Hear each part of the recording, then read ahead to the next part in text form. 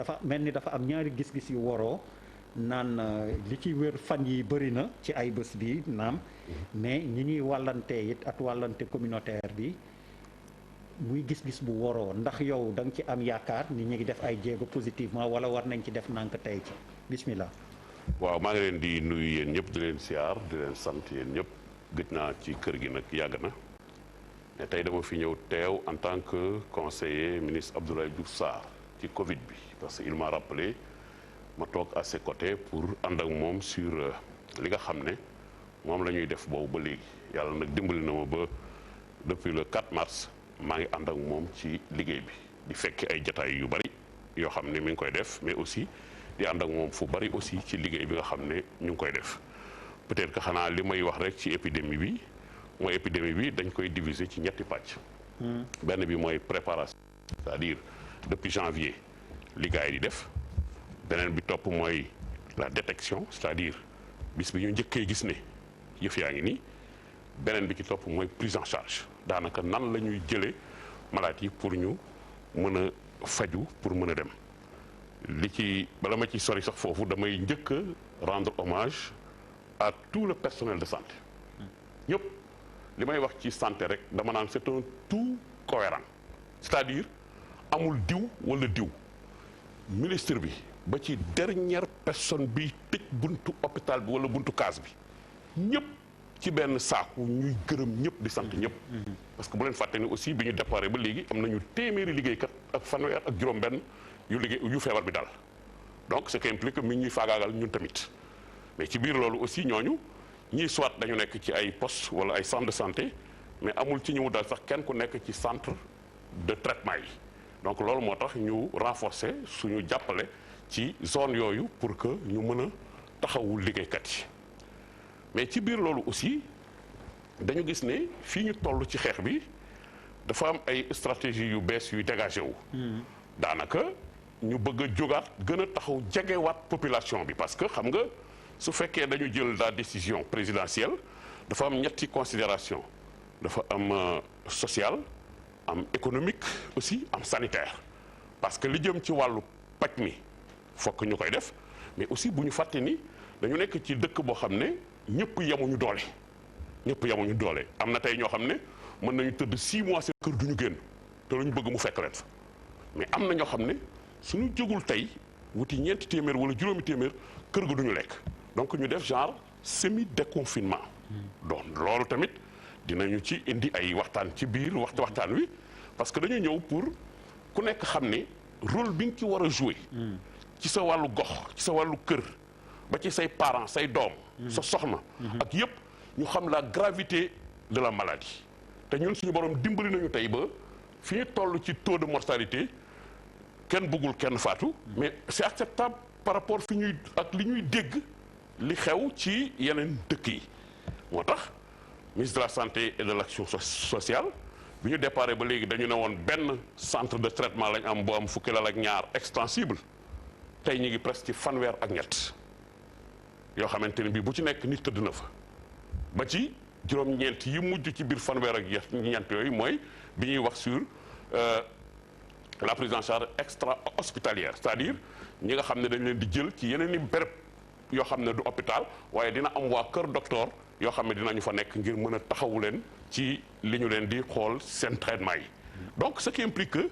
liggéey baa ngi fi du jeex moo tax ñu soxla ñëpp pour ñëpp jàpp ci parce que nag dëkk bu tollee fenn fi am naa yaakaar ne li ñu war a njëkk a def mooy lii ñu woote woon ci unité bi li tax tey ñun ñi ñëpp ñu soli masque dañ fi daan toog te kenn du sol masque dañ fi daan toog di accoladante dañ fi daan toog di demee xew te yooyu yëpp amul le monde est à l'arrêt le monde est à l'arrêt donc Sénégal yàlla dimbal nañu ba fii ñu toll ñu ngi def ay jéego yu mag a mag a mag yoo xamante ne bii wax dëgg yàlla bu ñu defee évaluation bi ci wàllu fi ñu toll rek nga xool tey xam ni am nañu nit ñuy feebar am nañu ñuy wér am nañu ñuy faatu mais tam aussi ñi ñuy testé ñëpp bu ñu leen xoolee ci boobaak léegi presque ñi ngi yegg ci presque léegi ñu yegg 60 000 yoo xam ne xool nañ leen saytu leen ñi ci am jàngoro bi yëpp ba ñu départ rek léegi nekk ci ñeenti junni ak lu topp ñu faj ci presque ñetti junni kon am naa yaakaar ni ñu ngi ci liggéey bi mais nag ba fi ñu toog. mais Saliou am na junni Saliou nga baal ma 60 000 si 16 millions du.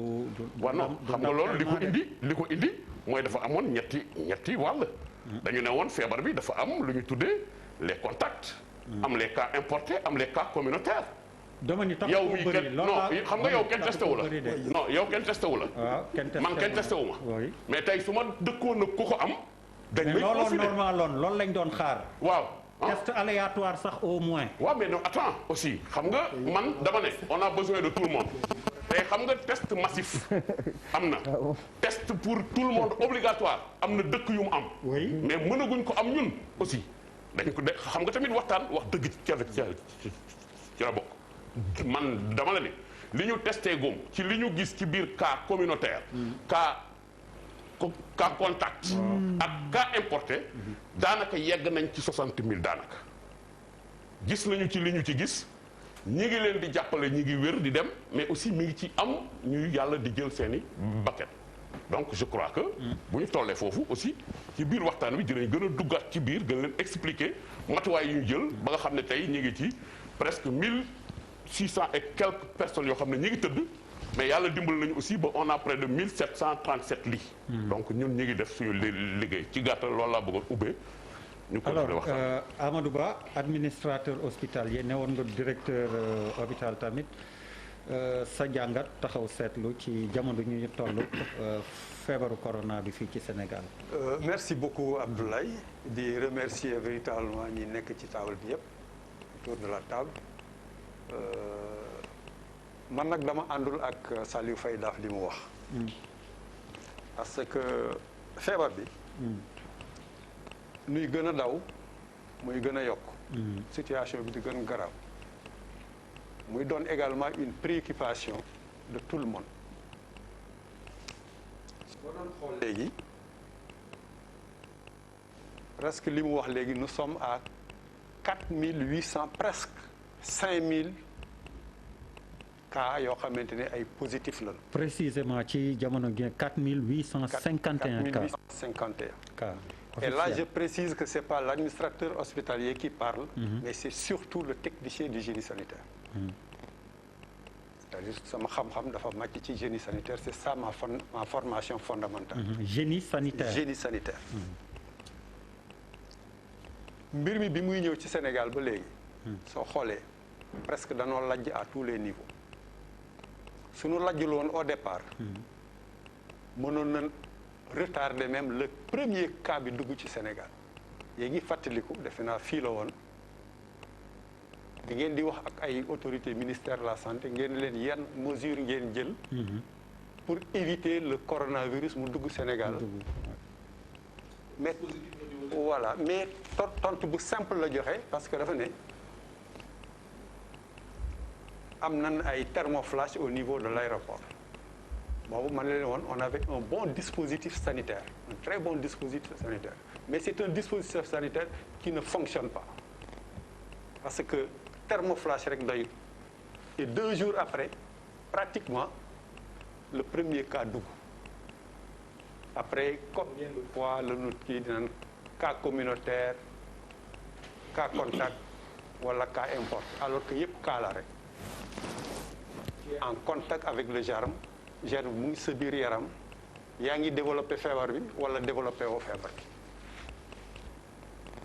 léegi nag soo xoolee man am na benn kii bu ma def léegi gis nga nous sommes au 100e jour aujourd'hui jour pour jour nous sommes au 100e jour Covid-19 bi mu duggee Sénégal ak tey ma sende ko ci ñetti pàcc gis nga premier pàcc bi du 2 mars au 20 mai c'est 77 jours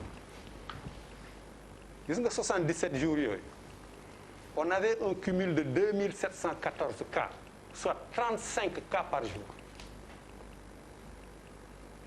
bi ñu ñëwee ci le 21 mai au 31 mai j'allais dire juin on a eu 11 jours gis nga ci 11 jours yooyu on a eu 931 cas en 11 jours donc affaire bi dafa 21 mai au 31 mai. au 31 mai non juin. non juin egguñ 31 le 11 wala le 12 tere le 12. non egguñ 21 mai. Au 31 au 31. ba 31 mai. Voilà. Le 31 léegi mai. la troisième période.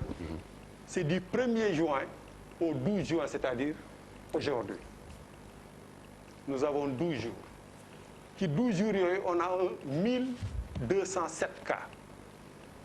Donc presque feebar la boo xamante ne bii yàgg naa ko wax. amul tànku ginnaaw mais tànku kanam rek la. soo xoolee les cas graves. première période bi en 77 jours on avait 9 cas. En 77 jours, on a eu 9 cas graves. En 77 jours, on a eu 30 décès. En 77 jours, on a eu 1186 cas, soit 15 cas par jour. Mais aujourd'hui, ci 12 derniers jours yi, nous sommes à 9 cas graves supplémentaires. Dans la deuxième période, on était à 5 cas supplémentaires et avec 1260 cas seulement en réduction. mooy ñooñu ne les cas traités. Donc soo jëlee tableau bi affaire feebar bi day évoluer en hausse suy évoluer en hausse nag da ngay naan feebar bi jógee gu fi. D'ailleurs les gens même parlent de pic mais fii su fekkente ne di wax dañuy pic. mais dañuy naan ci ban paramètre lay doon pic bi ci nombre de cas yi la wala pic bi ci nombre de décès yi la wala pic bi ci nombre de cas traités yi wala pic bi ci nombre de cas en traitement yi la paramètre bu nekk day am picam. Qu'est-ce qu'il fallait faire pour ne pas. voilà je vais y arriver. parce que nous on a une contrainte de temps. beneen bi mooy bi ñu am la. par exemple. c'est répétition. ayca bismillah. voilà par exemple. Je disais que première faille bi c'est au niveau de l'introduction du virus mais deuxième faille bi c'est au niveau de la stratégie. On court plus derrière la maladie mais on n'a pas essayé d'arrêter la maladie. foofu lay wax ne dañuy daw ginnaaw feebar bi mais mbas mi ci boppam pratiquement dañ ko bàyyi de côté. Parce qu'il fallait développer simplement des stratégies pour rompre la chaîne de transmission puisque nous sommes en épidémie. Quand nous sommes dans une maladie transmissible, surtout en épidémie, il faut essayer de rompre la transmission. te foofu Moussa Seydi wax na ko waxaat mais c'est que les gens peut-être ne l'écoutent pas. mooy bi muy naan on avait 12 lits et si on dépasse justement cette étape au risque justement une catastrophe bi ñu ko weesoo ba am 100 cas. vous vous rappelez également dafa ne woon suñu weesoo fii ce sera l'hécatombe. et avant dernière intervention am na fu mu waxee également loo xam ne lu nopp mën a nangu la. mooy bi muy naan cette maladie là épidémie bi. c'est pas seulement l'aspect traitement qui est la solution mais la solution. C'est surtout la prévention. Mais nous ñëpp nous sommes là. Ok. Est-ce que vous avez senti véritablement l'aspect prévention et l'aspect prophylaxie? vrai problème le poser effectivement ci bu ma comprendre ni mu wax ñun dañ topp ci paj mi ba fàtte épidémie bi ci boppam ni ñuy def ba dog ko xaaral benn laaj dab la bismillah. man en fait su ma leen déggee ñoom ñaar ñu wax c'est le conseil du ministre. Et il fait Génie allusion sanitaire à professeur Seydi. te normalement si c'est la même équipe. Voilà donc dama bëgg a laajte. est-ce que il y a un dysfonctionnement par rapport ak li nga xam ne volet médical bi mi ngi koy wax ak le ministère parce que c'est deux normalement professeur Seydi il fait partie de l'équipe du ministère non. Est-ce que ministère bi donc li ngay wax ni est-ce que ministre bi ak ministère de la santé ñi ngi déglu professeur Seydi wala ñaari yoon yu bokkul la pour ñu mën a xam nga li ma la bëgg a wax ñu mën a avancer. foofu laa lay wax Bouba il y a rien entre le professeur Seydi et le ministère. Il y a d'autres professeurs autour du professeur Seydi les Cheikh Tidiane Ndour les Fatou Samba Ndiaye les professeurs Sylvie ñoom ñëpp c'est des infectiologues ñoom ñëpp ñoo bokk lu ñu jàng day nag professeur Seydi mooy chef de service su maladie infectieuse ñooñu ñëpp ku ci nekk yor nga benn site yor ay malade di leen suivre ñoom ñëpp ñuy coordonner yëf yi Amadou am na droit c'est vrai su ma waxee mu ne ma d'accord ak yow man mais Amadou directeur d'hôpital nga woon moi j'étais trouvé à Kolda boobu j'étais syndicaliste secrétaire général d'une organisation te xam naa ni aussi tu as fait ton temps liggéey nga ba pare mais système bi soo nee dañu lajj depuis boobu man damay tiit li tax may tiit mooy lii ngay joxe comme statistique ñun dañ ko am mais boo waxee de telle date à telle date dañu am temps de ñun dañ ko am dañ ne la ñaata test la ñu réalisé ci weer woowu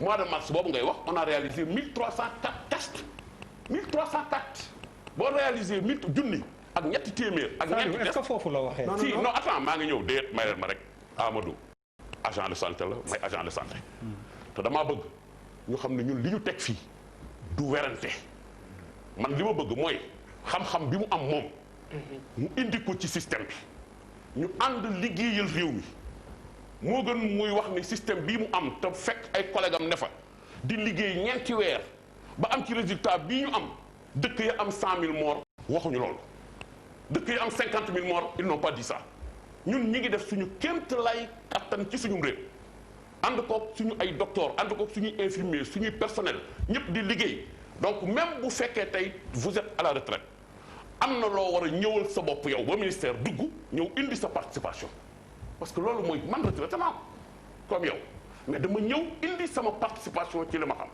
new ma nag doo critiquer am nga ci. mais Saliou dafa mën soldat lam ñëw rek ne damay nekk ci wetu. non waxuma loolu les anciens mais xam nga les anciens xam nga anciens kër gi la jox lépp. et puis question bi du woon non du foofu mais y a pas de gis nga entre Seydi et les autres y a rien du tout. nit ñi ñooy xam nga Sénégal dañ nekk dëkk boo xam ne su ki bokkuñu sax la ñuy def Seydi c'est le patron des maladies infectieuses. c'est le patron dama bëggoon glisser foofu rek benn 2 secondes rek. dafa am benn philosophie bu ma am. à tort ou à raison. être dans une collaboration bu fekkee da ngeen xaritoo c'est tant mieux. Oui. Mais vous n'êtes pas obligé d'être des amis. Je veux dire par là. Non, on n'est pas Je veux dire par là. Il faut que les Sénégalais nous changent. Wow. Parce que le ministre de la Santé, il n'est pas obligé d'être l'ami du professeur Seydi. Le professeur Seydi n'est pas obligé d'être l'ami du ministre de la Santé. Oui. Mais le ministre de la Santé a l'obligation de faire le travail pour lequel il est engagé. Oui. Seydi a l'obligation de faire le travail pour lequel il est engagé. C'est ce qui se passe. Entre amitié et qui, ça n'a rien à voir. Mais c'est ce qui se Il peut passe. y avoir une C'est ce qui se passe, Papis. solidarité aussi. Il y a aucun est-ce que je peux faire dafa laaj. waaw bu dee stratégie dafa lajj kon non su dee stratégie dafa lajj day départ depuis CNG ba depuis comité national ba lay départ. non fii yi bëgg def ay xaritoo problème. may leen Amadou préciser. Voilà. J'ai besoin de préciser ma pensée. D'accord. Je n'aurais même pas voilà waruma woon sax citer ay tour mais dama bëggoon simplement étayer mes propos moo tax ma wax certaines déclarations mais su dul woon loolu du ma wax tur encore que waxuma fi ay jàppal bàyyil wala ay ñaar ñu jàppante wala jubóowul non loolu xawma ko diggante ministre bi ak professeur bi wala yooyu man xawma ko mais li ma xam man nee naa leen tout à l'heure je parle en tant que personnel de santé et je parle également en tant que spécialiste en génie sanitaire ma jox leen ay aspects ma ne leen feebar bi day évoluer donc arrêté wul waruñu taxaw maintenant bombe pour naan alors on a fait des résultats wala yu ma alors que feebar bi day gën a continuer chaque jour muy gën a law moo tax j'ai juste donné des chiffres pour faire des comparaisons suivant des périodes bien déterminées donc dugguma ci ay polémique wala ñu mel noonu. mais dégguma la tamit nga joxe cumul des guéris. même si day jox nga cumul des. wala daf ma rëcc non yëpp a ngi ni cumul ak guéris yaa ngi ni. tout est là c'est-à-dire que comme le temps presse. oui mais waxoo ko quand même. voilà non bëggoon naa ko lépp a ngi ni. non il faut aussi. voilà soo leen bëggee. en fait il faut être juste avec voilà. il faut être juste quand même. non avec la délivrance quand même de l'information. xam nga waaw Malal. oui en matière d'épidémie. oui. la maladie son traitement les cas guéris ak yooyu importe peu xam nga ban moo am importance. Oui. Comment rompre justement la chaîne de transmission et arrêter justement que les gens tombent malades.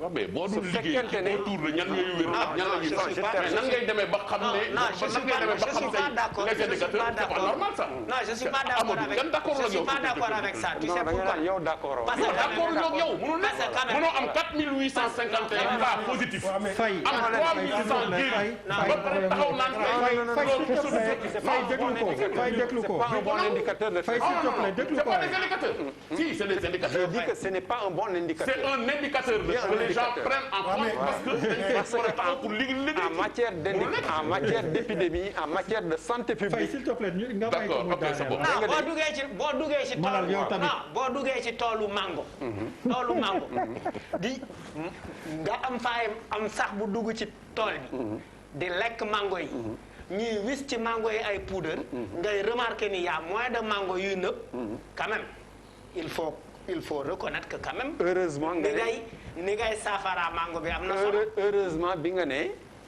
soo defee poudre affaire bi di muy wàññeeku. Waaw. mais fii nag poudre bi moo amul. ah ok ah bon fii poudre bi amul. ok Et j'ai parlé tantôt de stratégie. J'ai parlé tantôt de stratégie. La stratégie ne consiste pas seulement à traiter la maladie. Nee naa leen en matière d'épidémie ce qui est important pour éviter justement que feebar bi di gën a bari di law mais fexeel bépp pexe boo xamante ne bi dina rompre la chaîne de transmission. Rompre la chaîne de transmission c'est à deux niveaux. Mais j'ai une question. Oui. C'est comme ça, ça. Mais bon, Non, comment non, je veux dire, on est à 4 mois de il pandémie. n'y a pas de souci. Non, moi, non, Tu veux parler. la parole, Charles, si c'est pas clair, on pose des questions. Oui, mais sinon, on va dans mais parce il exprime un besoin plus pressant que toi. parce que thème bi ñu tegaloon ci deuxième kii bi et lii nekk di wax nii c'est Ah diamétralement. d'accord, mais ce qu'ils disent aussi, c'est ce qu'ils disent est intéressant. C'est que dama bëgg a xam man ce qui m'étonne un peu quoi. Li gan gi di wax c'est intéressant. Je ne suis pas spécialiste. Mais comment se fait-il que li nga wax nii tous les maires, enfin tous ceux qui sont autour de la question amuñu préoccupation bi def nii c'est ça qui m'étonne. Monsieur Comment Diaw, cette situation a pu se est-ce que présenter? vous avez constaté a eu lieu est-ce que vous avez constaté une chose? Je veux vraiment comprendre. Depuis le début de la pandémie ba léegi. Monsieur Ba baal ma nga yow da nga ci am tontu. Non, Honorable. d'abord, il faut d'abord ñu féliciter le travail du personnel de santé bi def parce que c'est difficile. Dans une situation d'un pays qu'on comprend qui est le Sénégal. On n'est pas les plus riches, on n'est pas les États-Unis, duñu France, duñu kii. La préoccupation bi muy wax ça a été pensé. Stratégie am na. Moom dafa ne il faut rompre la chaîne de transmission. Mais Charles, lan mooy rompre la chaîne de transmission? Il faut les mesures barrières. Barrière, oui. Il faut qu'on respecte un certain nombre de conditions. Bañ ko tegee ba ministère bi commencé am ay résultats am na fu chaîne de travail bu rompre ba léegi chaîne de transmission bi di continuer.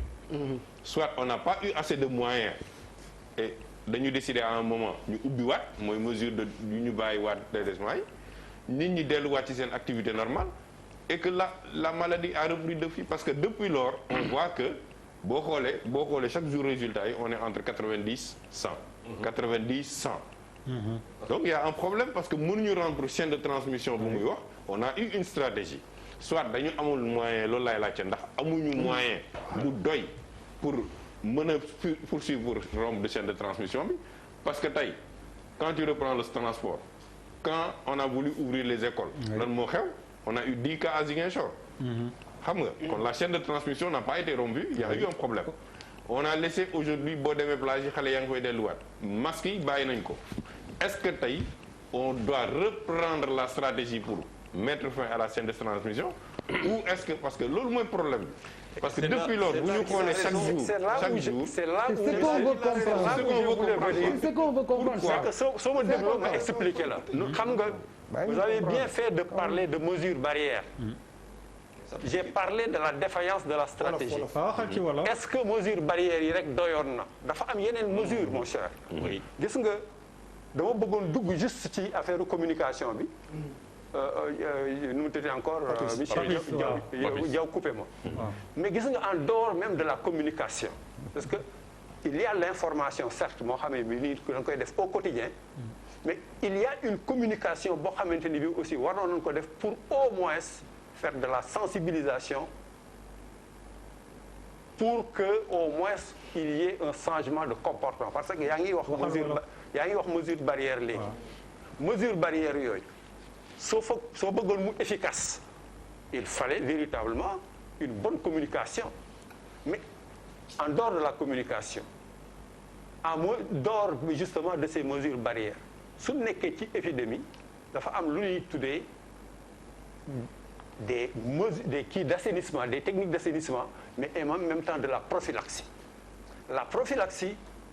moom mooy indi lu ñuy tuddee par exemple.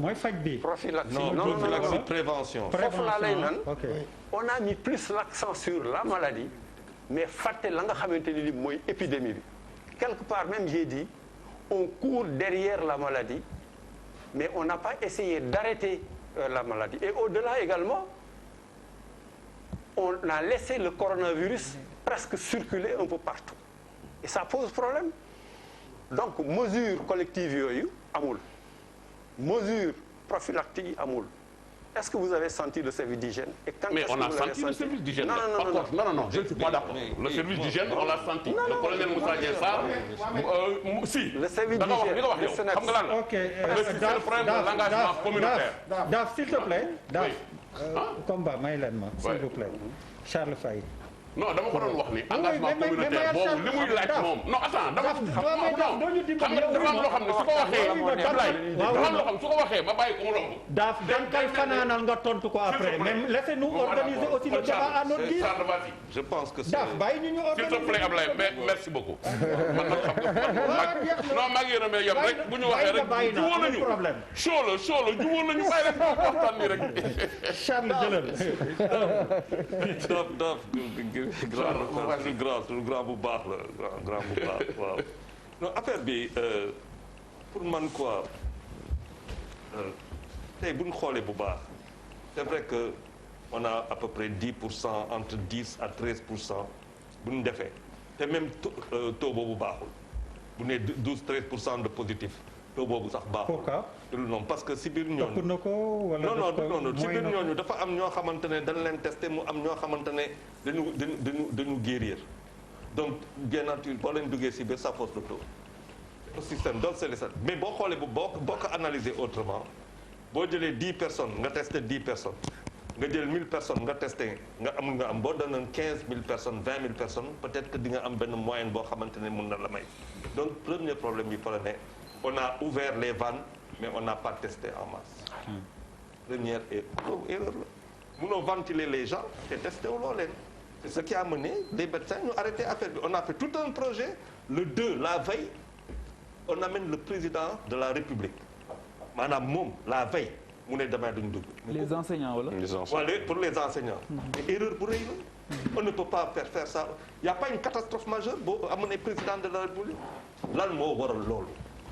mais parce que man pour su ma jàngat et je dis depuis le début nit ñi xam nañ ko duñu intubé nit ñi xam nañ ko depuis quand par contre dinañu oxygéné Dalal Jàmm ça pas longtemps lañ fa dem 200 lits 200 potentiels lits yoo xamante ne am na oxygénation parce que dafa am benn centrale d'oxygénation fi ma jugul c'est très récent hein. Dalal Jàmm est très récent avec toute cette capacité c'est très récent 200 lits pourquoi pas avant. mais le vrai pour man problème bi neewu fa. pour man problème bi on a eu 3 mois 102 jours mu am 45 morts donc le problème pour moi devient les cas graves.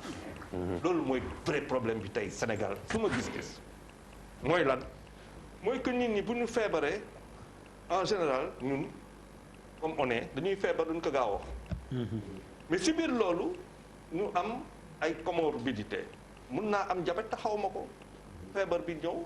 dugg ma tardé wax feebar bi xawma que je suis diabétique quand je vais voir le médecin au bout de 5 jours 10 jours c'est la catastrophe feebar bi yàq na lu muy yàq si biir feebar bi yàq na donc pour wax dëgg yàlla une population jeune bu ñu xoolee rawut wax na ko ñëpp wax nañ ko am nañu capacité ak benn écosystème bu favorable pourquoi ne pas inverser parce que pourquoi ma koy wax tey ñaata nit ñooy dee parce que opéré wu ñu leen crise cardiaque kii seen cœur Il y en a beaucoup, hein. Il y a 45 morts du Covid en 102 jours. Il y a eu combien de morts de crise cardiaque? ñoo xamante ne jëluñu leen en charge. de diabète et ainsi de suite. Donc vous imaginez que dañu jël suñu doole yëpp indi ko ci benn affaire yóbbu ko fii dans un centre qui a été financé par des étrangers mooy le centre de cardiologie où on n'opère pas aujourd'hui. Attention, hein. Il y a des gens qui souffrent. Donc quelle est la politique boo xamante ni ñun xam nañ ko feebar bi dina yokk de toute façon xam nañ ko. Par contre comme ni mu ko waxee ñaar et je suis d'accord ak grand loin de da comment on peut voir. Et ça, c'est une réponse du président de la République moo yor réponse boobu. Le ministre, quoi qu'on dise, c'est pas lui qui a la réponse. C'est une réflexion mais de haut niveau boo xamante ne dañ koy indil ñu ne ko léegi les cas graves te les cas graves Sénégal yëpp la affaire bi lan la woon en fait dafa woon rek nos limites. Heureusement que lu dal tubaab bi daluñu parce que sinon ça waaye on mourrait par milliers, des dizaines de milliers. Donc il faut des lits avec oxygène. Vous savez combien ça coûte? Mais DER am na leen du fi leen fi wax respirateur.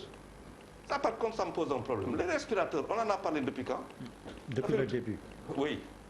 Le ministre était là.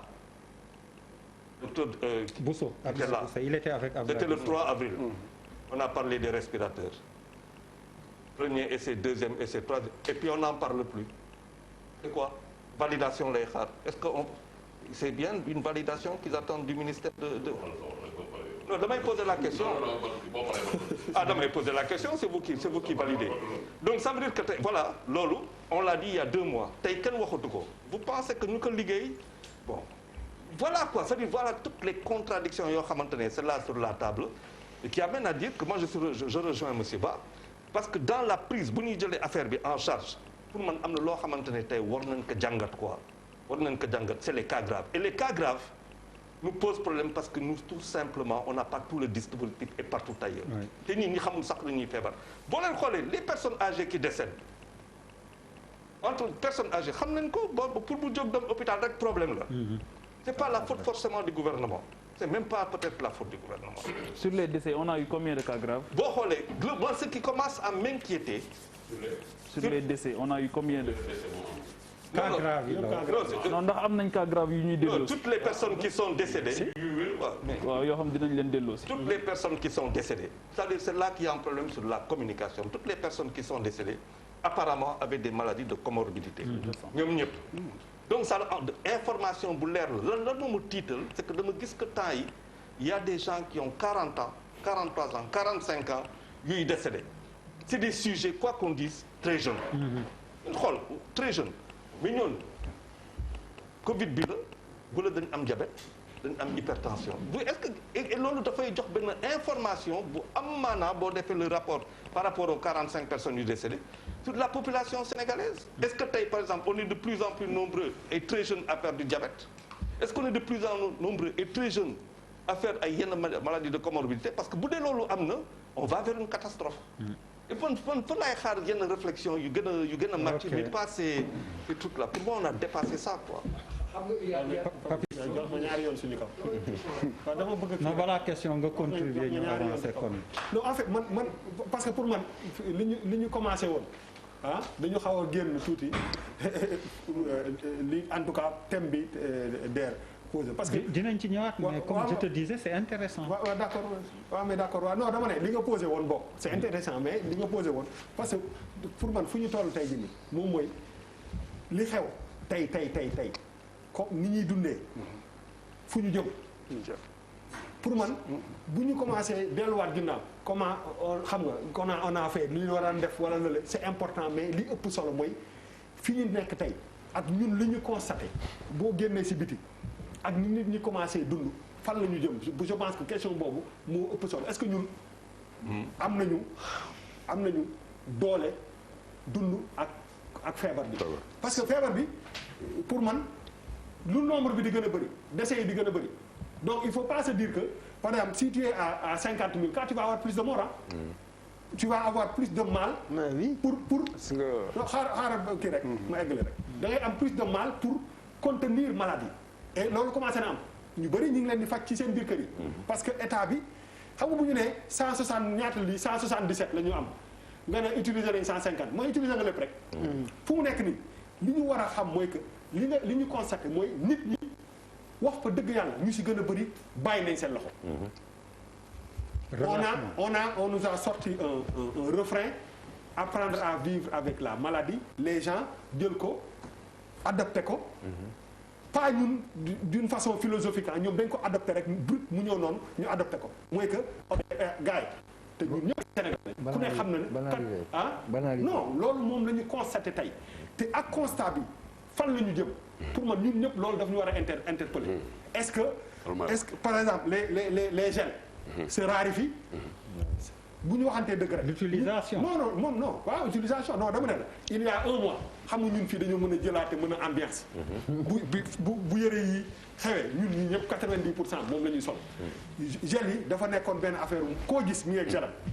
de plus en plus nit ñi yoratuñu gel. de plus en plus jusqu'à preuve du contraire ay bët nekkul fii. ci suufu menton. masque bi nekkul du pour fii. pour fii la. on a ça ne sert plus à rien. masque bi moom dootul pour sol. c'est-à-dire que mënuñu constater loolu yëpp tey nii te taxawuñu ne fu ñu jëm. est-ce que mën nañu dundee nii fii ak 2 mois bu ñu continuer nii comme fu ñu jëm pour man loolu moo question au lieu de revenir trop en arrière. c'est xool un peu dans 2 mois évaluer suñu mode de vie. est-ce que nous on a am nañu force dem fii ak 2 mois. Qu'est-ce qui risque de se passer ici au Sénégal. man pour man loolu mooy question. analyse boobu nag foofu la jëm. s'il vous plaît monsieur Ba. c'est avant suñu spécialiste di wax dama woon rappeler il y a quelques jours on discute ma ngi doon wax ci affaire Covid bi. Charles on avait échangé sur ça maa ngi doon wax ne je ne pense pas que première arme bi pour lutter contre Covid bi mooy xaalis moi j'avais parlé de stratégie ensuite xaalis c'est exactement ce qu'il est en train de dire je pense que. li ko motivé woon j'avais dit que les pays riches sont à genoux donc c'est pas une question d'argent il y a quelque chose qui prend le dessus sur l'argent en sachant que c'est l'argent qui est le nerf de la guerre on peut pas aller sans argent mais fondamentalement stratégie boobu moo am solo c'est ce que j'avais dit il y a quelques jours ici moom laa bëgg rappeler expert vous avez tellement raison que c'est-à-dire que la stratégie commande les moyens.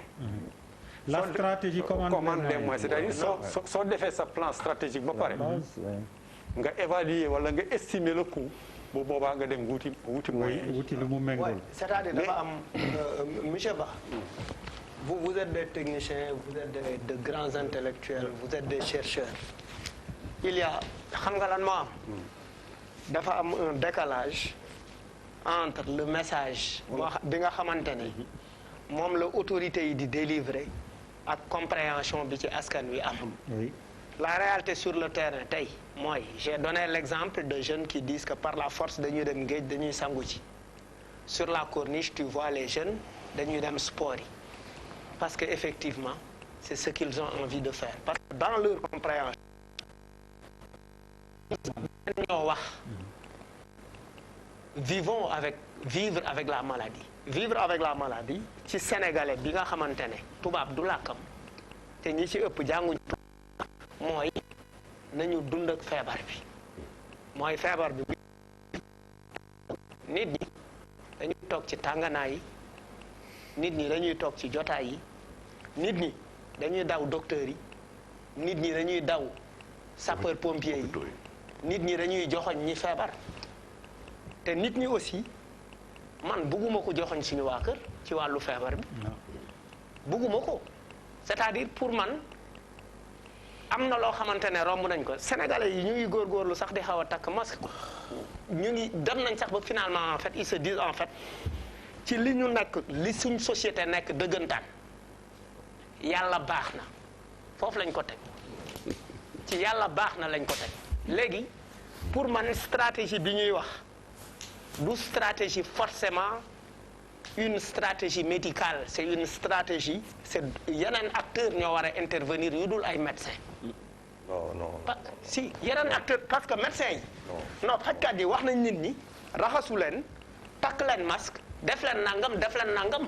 non may ma rek loolu wax nañ ko loolu lu nit ñi dugal seen bopp la tey fi nit ñi toll mooy li nit ñi war a d'accord mooy malal dafay feebar ruus na dem hôpital non ragal na dem hôpital parce que jàpp na ni bu duggee hôpital waa koñ bi dinañ ne dina fa jël daf fay jële feebar bi wala waa koñ bi dinañ ne mais Malal lu mu wuti woon hôpital xanaa dafa pour man ci mais Malal feebar dafa naturel Malal non pour man man engagement communautaire laa lay wax mais loolu la moo tax engagement communautaire mooy li ma bëgg a wax loolu la ñuy wax ni la stratégie est très claire engagement communautaire mooy yow Cheikh Oumar Guédiawaye bi nga dëkk en tant que député léegi d'accord nga ne ngeen toog bàjjenu gox yi les acteurs communautaires loolu mooy foofu lañ jëm foofu la ñuy wax ak nit ñi on est en train de travailler autour de ça en attendant ma lay joxaat parole bi s'il te plaît mais s'il te plaît parce que dafa wax engagement communautaire moo am solo aussi s'il vous plaît